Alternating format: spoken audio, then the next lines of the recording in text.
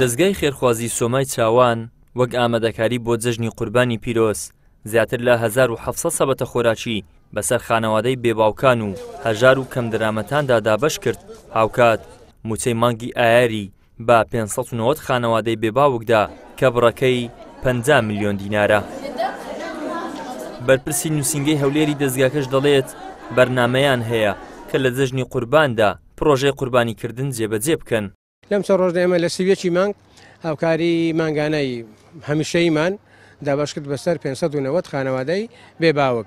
بەشێک لەو بێباوکانە نەهاتبوون ئەو ڕۆکە هاوکاریەکانە پێدەین لەگەر هەر بێباوچێک کە لە ئێمە هەوێ هەبیتن ئێمە سەبەتە خۆراکی پێدەداین بەشە هەمیان دەکاتن و مەجموعەیەک لەو بێباوکانە هەنا لای ئێمە ناونووس کراون و سەردان کراون بەڵام هێشتا موچیان بۆ دەرنەسووە بە شیوانی سەبەتە خۆراکمان وەرگرتووە.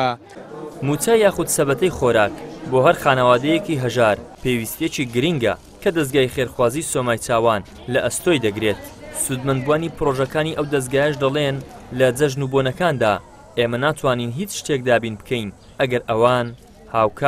ئەگەر ئەوان بۆمان دابین نەکەن.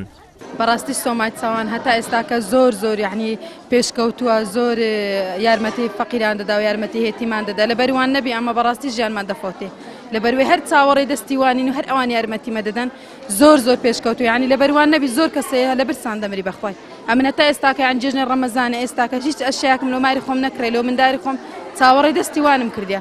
ئەم زۆر سپاس خێرخوازان دەکەم زۆر مەمنونیانی کە هاوکاریمان دەکەن دەستخۆشیان لێ دەکەین بەڕاستی ڕەبی خوا خێری هەموو مسلمانان بنووسی و دەستگایە هەر پێشکەوتو بیتن بەڕاستی زۆر خێرمالێتی سەر مانگان بڵێ موسەمان دەدەنێ و ئەرزاقمان دەدەنێ و خولیان بۆ کردینە لۆ منداڵەکان لۆ خولی قورئانی و دەورەی خەیاتی بەڕاستی یعنی جێی شانازێ لە بۆمە ئەمە کەسنی هاوکاری مەکە و دەستگایانە نەبیتن خوا خێریان بنووسی یا ڕەبی قادر و پاداشتی هەموو لایەکەمەداتەوە. زۆر مەمنونیانین گەلە مەمنوی خوا خێریان بنووسی بەخوای ئەو دەستگایانە هەموو جێی خۆی گرتیە خوا خێریان بنووسی گەلە مەمنونین کرێسینە یعنی هیچ ئیدارەمان زۆر شڕە ئەگەر ئەو دەستگایانە نەبی بەخوای ئەمە بەزعما خرا. دەزگای خێرخوازی سۆمای چاوان مانگانە لە تەواوی کوردستان موچەی 983 منداڵی بێباوک بە بڕی 143 میلیۆن و 270 هەزار دینار دابین دەکات جگە لە چەندین پرۆژەی تر کە دەزگاکە لە جەژنەکان و مانگی ڕەمەزان و بۆنەکانی دیکەدا جێبەجێیان دەکات. ئیدریس محەممەد کەناڵی ئاسمانی پەیام هەولێر.